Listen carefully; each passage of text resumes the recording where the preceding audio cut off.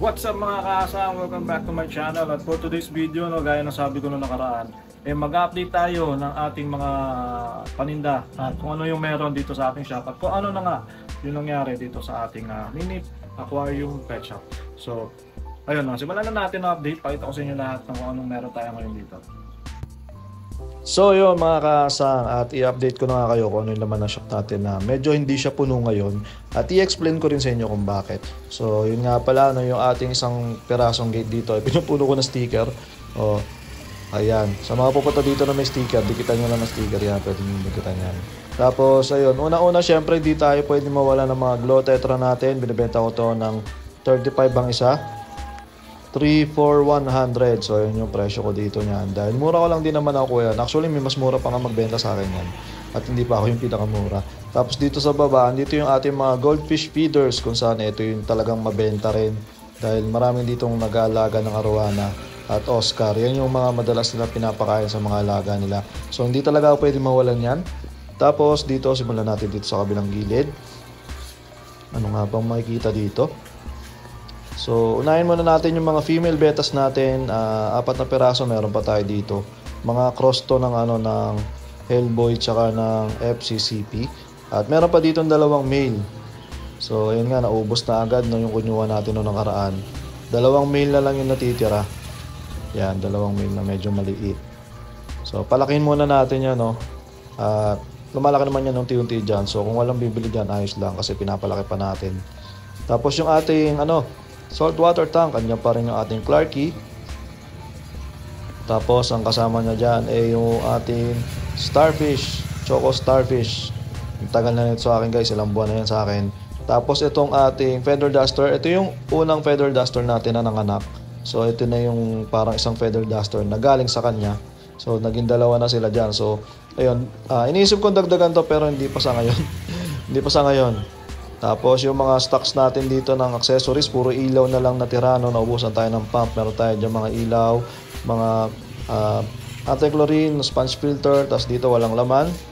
Yan, nilagyan ko nga pala to ng bato. Ang ganda nitong bato na to, hindi ko lang alam kung anong tawag dito eh. Nakita ko lang to doon sa kinukuhanan ko ng lava rock.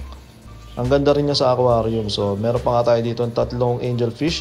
At kung mapapansin nyo guys, no, ang konti lang ng stock ko dito kasi malamig ngayon dito sa amin. At medyo nahihirapan ako mag-maintain. Dahil nga malamig, may mga nagkakasakit. So ito na yung update natin sa ating mga polar na binibenta. Meron pa rin tayo ng mga polar. Tapos meron tayong konting oranda goldfish na fantail.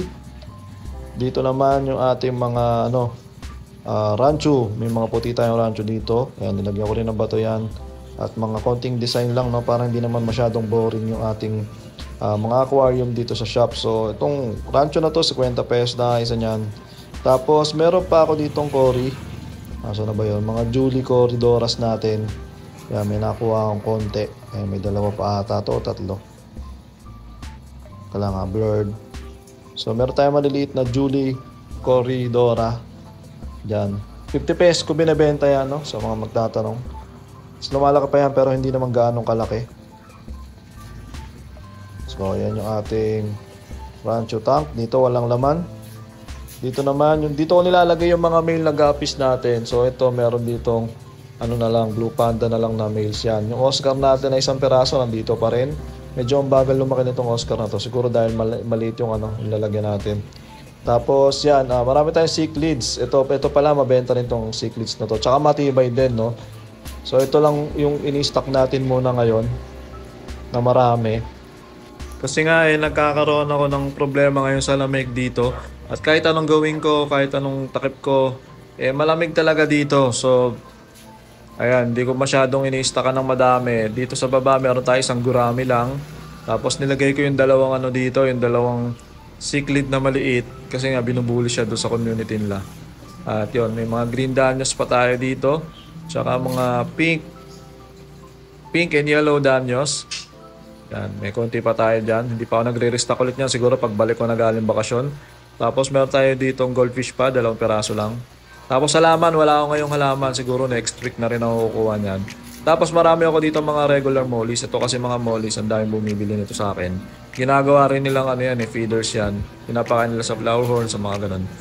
Kaya ang dami rin, kailangan ko rin madami yan. Tapos ito yung flower horn natin dito, update na natin yung ating Spartan strain na bigay sa atin ni FH Crossbreed. Reborn Crossbreed, FH Crossbreed tuloy. Kaya Reborn Crossbreed tsaka yung female natin na Alawi Jeans. Ayan. Kung maalala nyo, sinalang natin yan pero hindi sila nag-itlog. Dahil nga siguro malamig. Tapos may isa pa tayo ditong beta na tinatago na multicolor. Yan, may tinatago tayo dyan. Pero for sale din yan guys. 100 lang yan. At wala lang ako mailagay sa tank na to. Kaya siya yung nandyan. Alright, dito naman tayo sa kabila. Ayan, ano nga bang meron dito? Ito, may binibenta ako mga bato, lava rock, tsaka mga slate stone.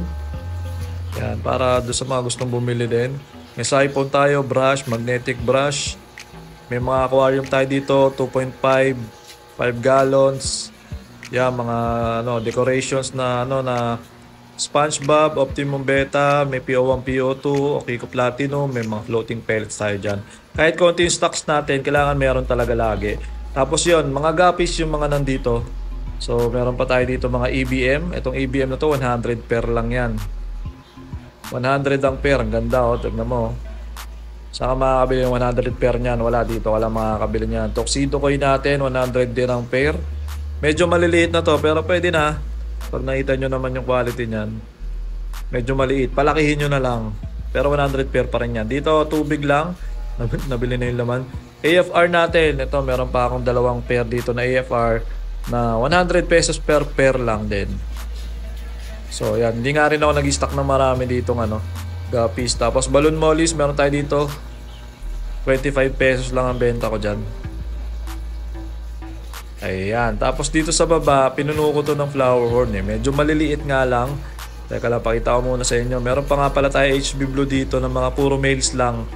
So binibenta ko yan ng 30 pesos lang, puro males na HB Blue.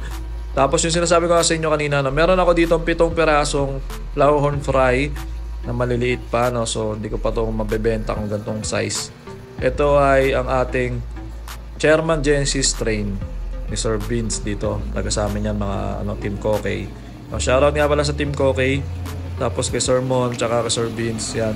Sila kasi yung kinuhanan ko nito. At yun, papalayin ko muna ng konti ito kasi rito maganda rin yung jeans nito kasi galing din to sa Iconic. Nakalimutan ko lang kung anong Iconic jeans yan, pero Iconic yan. Parang Beast Love din, parang ganon. Mga kamag-anak niya rin yun. So, ayun, kumuha ako ng 5, may free 2.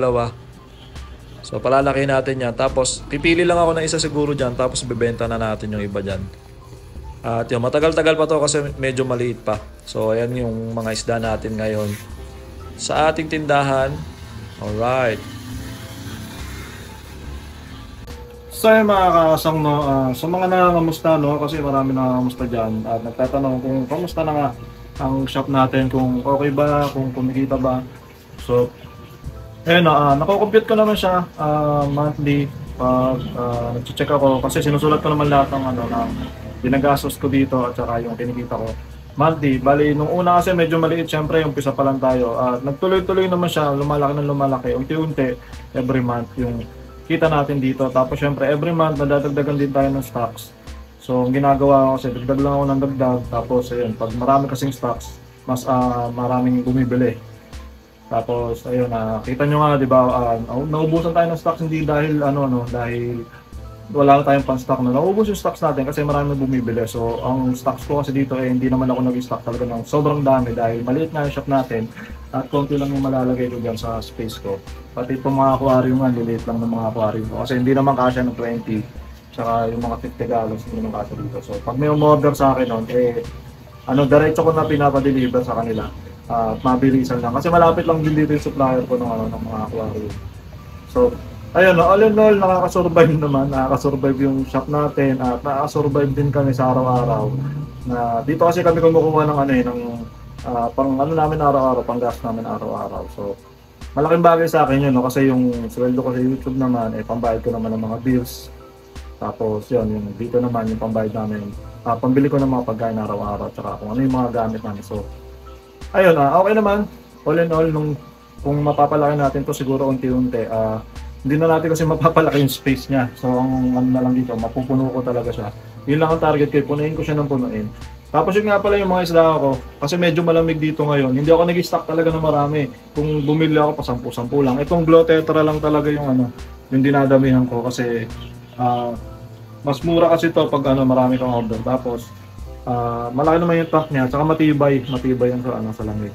So, ayun, yung iba konti-konti lang, 10, 20.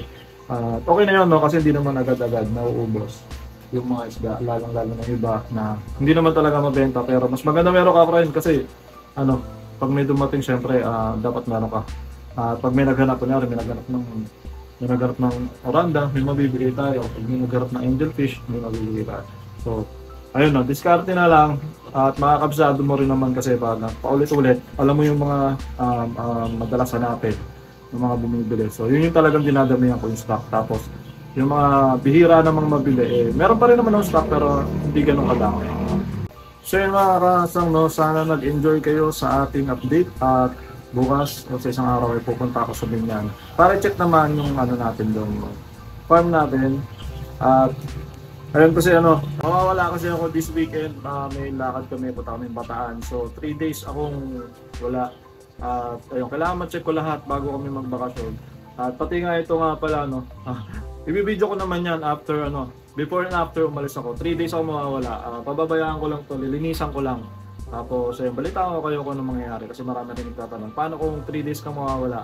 Ano bang dapat mong gawin sa mga isda mo? So gagawan ko ng video yun pag nawala ako o pag umalis ako this weekend. At makita natin kung ano magiging result. At kung ano nga ba yung dapat i-prepare at kung ano mangyayari. So ayun guys, sana nag-enjoy kayo sa video na to. Tapusin na natin to at maraming salamat sa mga nanood. Peace out.